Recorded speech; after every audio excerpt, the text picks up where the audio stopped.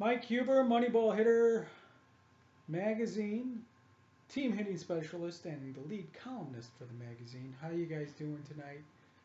Tonight we're going to talk about the San Francisco Giants very shortly because we covered the San Francisco Giants throughout the playoffs and throughout the World Series. We have plenty of articles and information about their hitters and everything.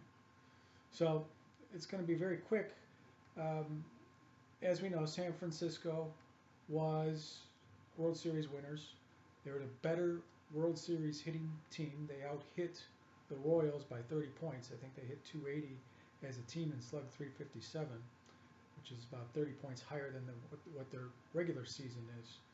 Okay, they're a little bit above average in the regular season, ranked 10th in the major leagues.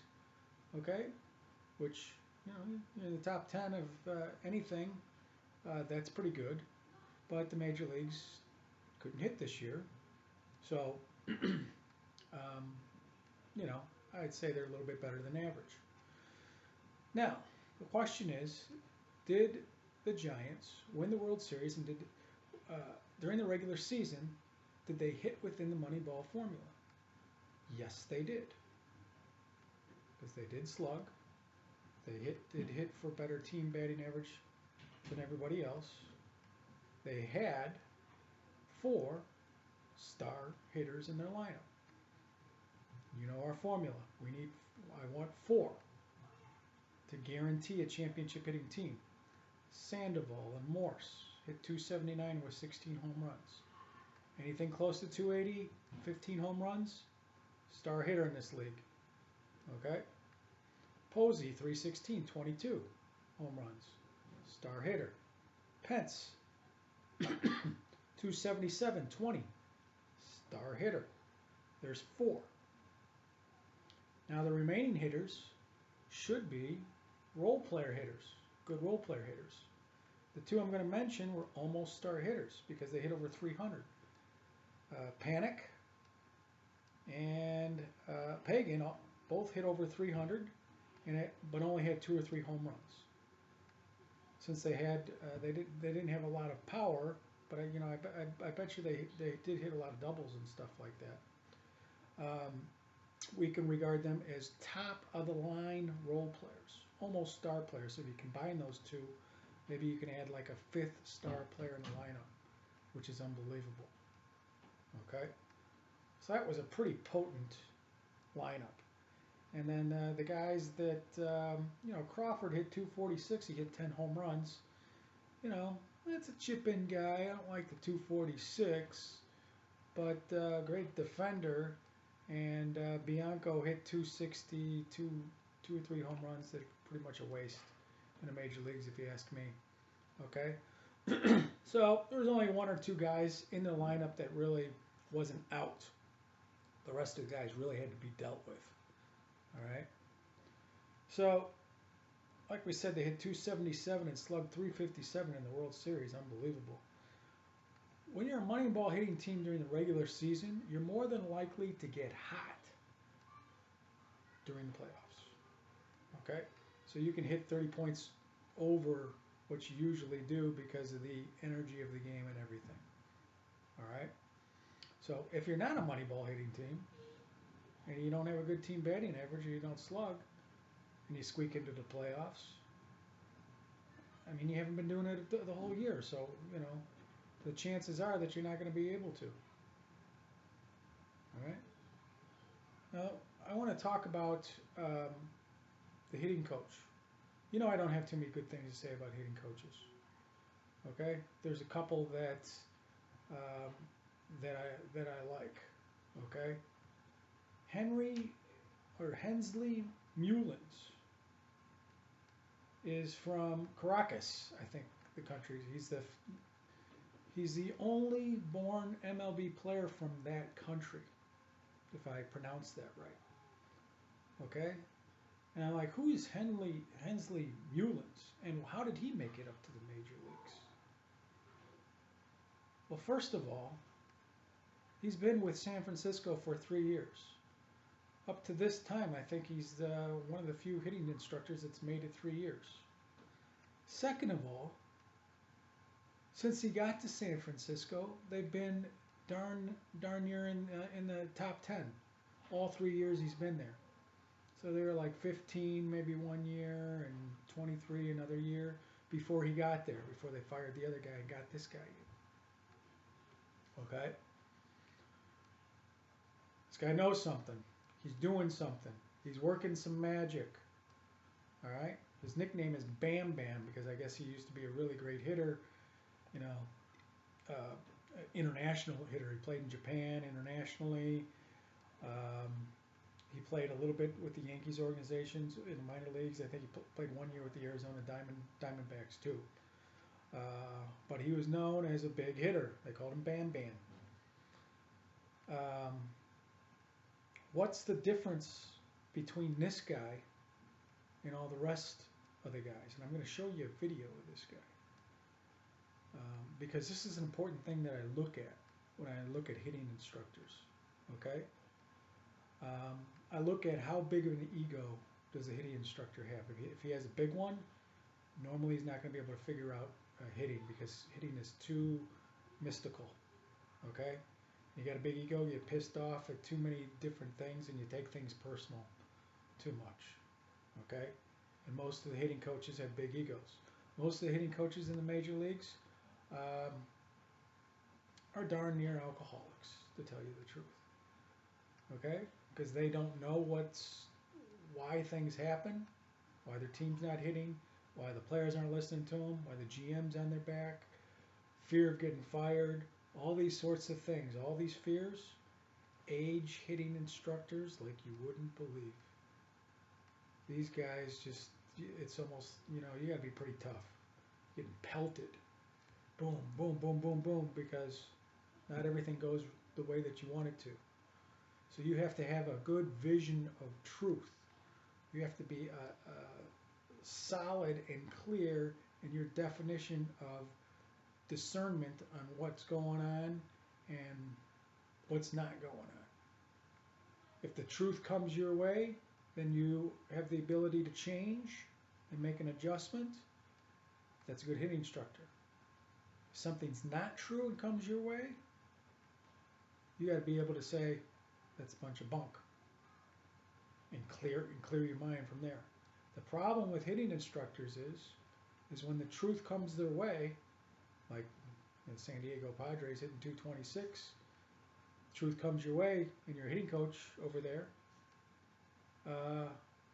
your ego protects you and you don't do anything about the problem, you just keep doing the same things.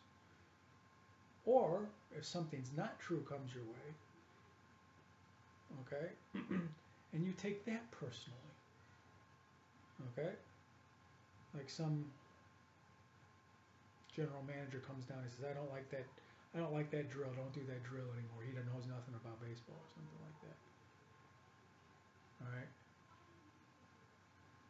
and if that's not the truth, then it shouldn't bother you. You can make adjustments and just put another drill in that does the same thing or something like that.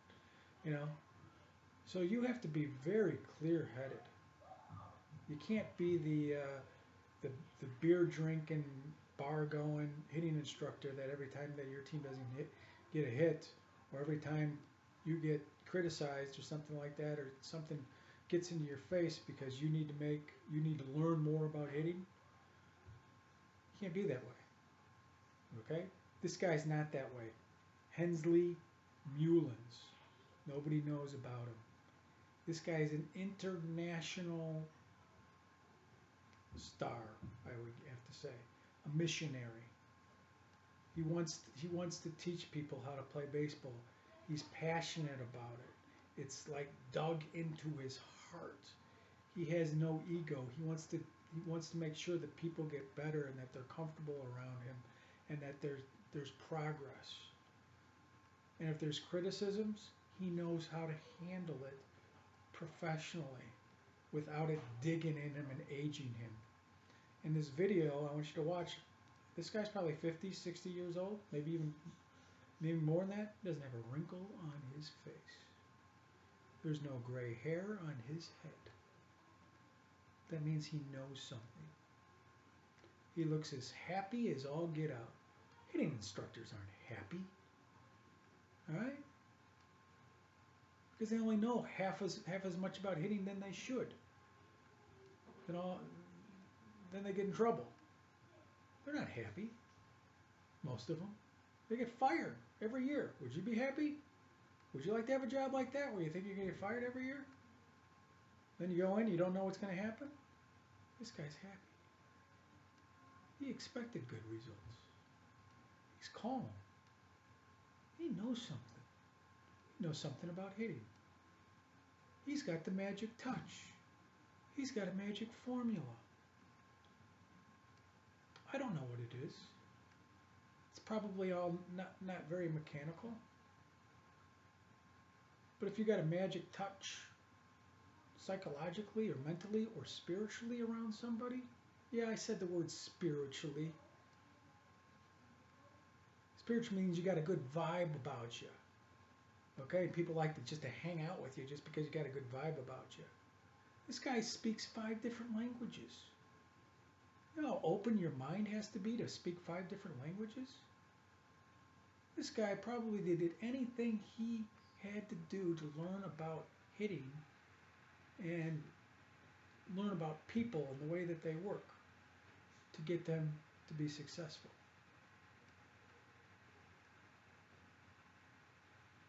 Now in this video, this guy is a knight in the Netherlands. He's named a knight in the Netherlands. Some queen knows how good of a humanitarian that this guy is. He actually wants to help people. Everybody wants to help people. But if you're not doing your job real well, then you just get depressed. And then you can't help people. You know what I'm saying? Then you get a big ego. Then you really can't help people. So I know that this guy's good without even knowing what he does. Just by the way he looks, by the way he acts, what I've read about him, because I do my research on people. I've read more about this guy than any other hitting instructor. How many people that he's helped in his life.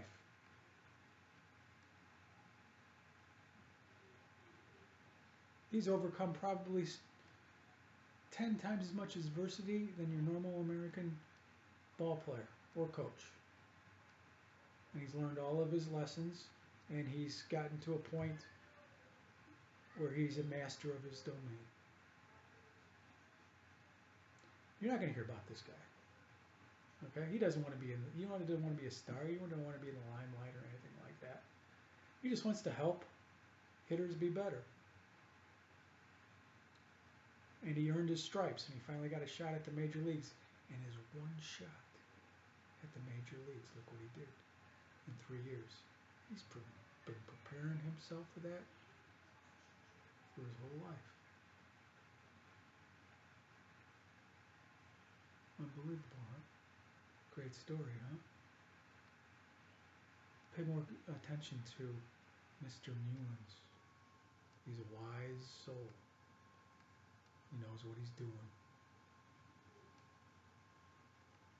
And for San Francisco, whoever found him and knew what this guy was all about, kudos to you. And keep him, even if things go bad. Even if things go bad, if you get a lot of injuries and stuff like that, don't get rid of this guy. Probably just lights up the dugout by just standing in it. All right. So San Francisco Giants, congratulations, World Series. You're in the top 10. You've been in the top 10 for the last 3 years. Congratulations. Keep it up. I bet your players want to stay there because the energy is so good over there. So I don't see why that you can be a dynasty, like a New York Yankee type of dynasty or St. Louis Cardinal type of dynasty. Matter of fact, I think you're pretty much there. Let's see what happens in the next 5 years. I like your chances. Okay? And Hensly Meulins, if you're listening to this, you are the Phil Jackson of hitting coaches. I can tell that you are. And if nobody's ever said that to you, or nobody sees it in you, Mike Huber here at Moneyball Hitter Magazine. We see these things.